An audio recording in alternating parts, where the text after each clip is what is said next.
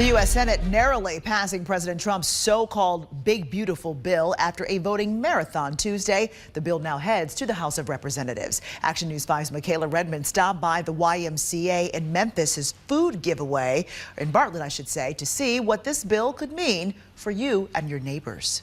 We go 3 on this side. Pulling up, being loaded up, and pulling off in just a matter of minutes. It seems like there's a lot of families in need, like right now, with everything, how the economy's been. It's really hard with the prices shooting up just to feed our family. We have 4 kids. Tessa Boone says she's beyond grateful for the YMCA's food giveaways, but says it's even more important now with the potential cuts to SNAP benefits seriously impacting families. Even with the benefits that you get with SNAP, it doesn't always cover everything, and sometimes it's not necessarily enough, you know, for your family to meet all of your needs. And Boone says the number of people driving through will most likely increase, despite hundreds already participating. And it's not just the YMCA handing out food to people in need. I stopped by the NAACP headquarters where they're also prepared to start helping more people. They also say they're shocked by the Senate passing the bill. We've got, spaghetti, sauce, pasta, green beans.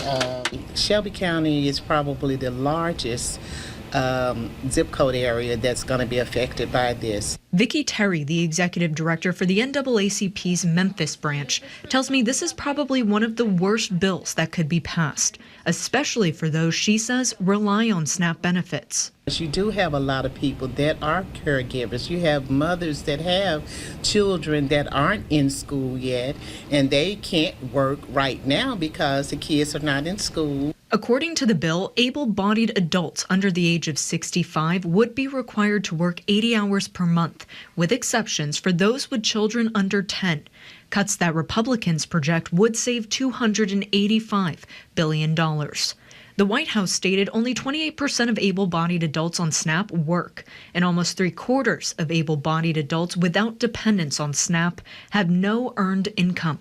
The mission of the program has failed. The city is going to be, I think, in a place where we've never been before, that I've seen it. And I am just, sometimes I get embarrassed by some of the things that are passed by some of our politicians. It's heart-wrenching. In Memphis, Michaela Redmond, Action News 5. Now, to read more information from the White House about this bill, you can head to our website, actionnews5.com. Well, several Tennessee lawmakers in Washington responding to the bill's passage. Republican Congressman David Kustoff supports what it does for those who rely on Medicaid. He says the requirement for able-bodied people to work or get job training will benefit them in the long run.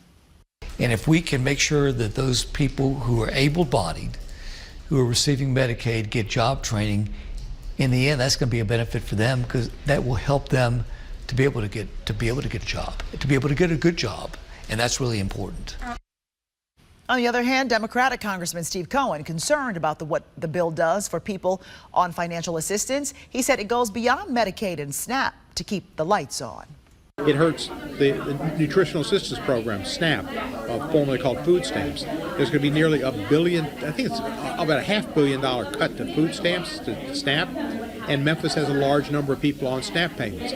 It hurts LIHEAP, which is aiding people with their heating and air conditioning bills.